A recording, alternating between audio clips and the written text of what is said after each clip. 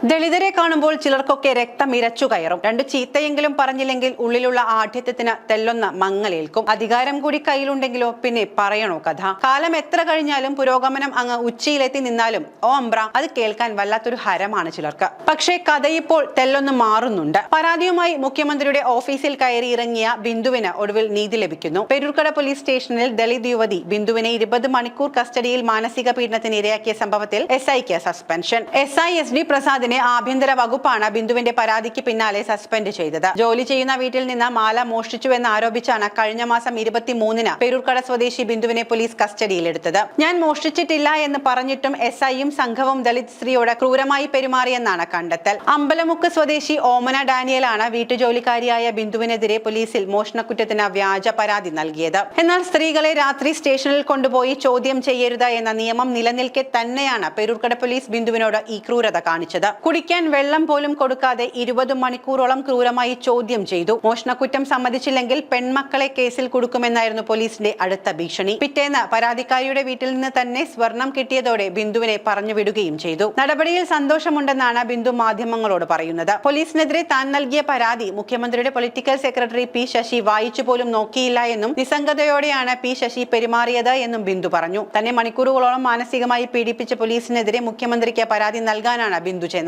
പരാതി വാങ്ങിയ ശശി അത് വായിച്ചു പോലും നോക്കിയില്ല. മാത്രമല്ല പരാതി ഉണ്ടെങ്കിൽ പോലീസ് പിടിച്ചോളുമെന്നും P ശശി യുവതിയോട് പറഞ്ഞു. തുടർന്ന് കോടതിയിൽ പോകാൻ പറഞ്ഞു. മുഖ്യമന്ത്രിയുടെ ഓഫീസിൽ പോകുമ്പോൾ പ്രതീക്ഷയുണ്ടായിരുന്നു. എന്നാൽ നീതി ലഭിച്ചില്ല എന്നും ബിന്ദു കൂട്ടിച്ചേർത്തു. പ്രസന്നൻ എന്ന പോലീസ് ഉദ്യോഗസ്ഥനെതിരെയും ബിന്ദു കൂടുതൽ വെളിപ്പെടുത്തലുകൾ നടത്തി. തന്നെ കാണാനെത്തിയ ഭർത്താവിനെ പ്രസന്നൻ മോശം വാക്കുകൾ കൊണ്ട് അധിക്ഷേപിച്ചു. 20 മണിക്കൂറോളമാണ് തന്നെ സ്റ്റേഷനിൽ പിടിച്ചിരുത്തിയത്. ഇടയ്ക്കിടെ മാല എവിടെയെന്ന് ചോദിച്ചുകൊണ്ടേയിരിക്കും. മാനസികമായി തളർത്തുക എന്നതായിരുന്നു പ്രസന്നന്റെ രീതിയെന്നും ബിന്ദു പറഞ്ഞു. വെള്ളം ചോദിച്ചപ്പോൾ ബാത്റൂമിലെ ബക്കറ്റിലുണ്ട്, പോയി കുടിക്കെന്നാണ് പ്രസന്നൻ എന്ന പോലീസുകാരൻ പറഞ്ഞത്. താനല്ല മാലയെടുത്തത് എന്ന് കരഞ്ഞു പറഞ്ഞിരുന്നു. പക്ഷെ ആരും കേട്ടില്ല എന്നും ബിന്ദു പറയുന്നു. ചീത്ത പറഞ്ഞുവെന്നും വിവസ്ത്രയാക്കി പരിശോധന നടത്തിയെന്നും അടിക്കാൻ വന്നെന്നും ബിന്ദു ആരോപിച്ചിരുന്നു. തൊഴിൽ ചെയ്യുന്ന നഗരത്തിലെ വീടുകളിലേക്കോ സമീപ പ്രദേശങ്ങളിലേക്കോ ഇനി വരരുത് എന്നും പോലീസ് ഉപദേശിച്ചതായും ബിന്ദു പറയുന്നുണ്ട്. മക്കളെ കേസിൽ കൊടുക്കുമെന്ന് പറഞ്ഞപ്പോൾ താങ്ങാൻ പറ്റിയില്ല. ഒരു അടുത്ത ദിവസം മാല കാണാതായ വീട്ടിലെ അമ്മയും മകളും തന്നെ വിളിച്ച് കേസില്ല എന്നും വെറുതെ വിടുകയാണ് എന്നും പറഞ്ഞു. അപ്പോഴും ആ മാല കിട്ടിയെന്ന് തന്നോട് പറഞ്ഞില്ല. പിന്നീട് തന്റെ ഭർത്താവാണ് മാല